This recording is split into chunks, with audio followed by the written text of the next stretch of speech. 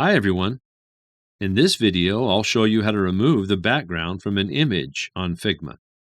Let's get started. First, open your Figma file and upload the image you want to edit by simply dragging it onto the canvas.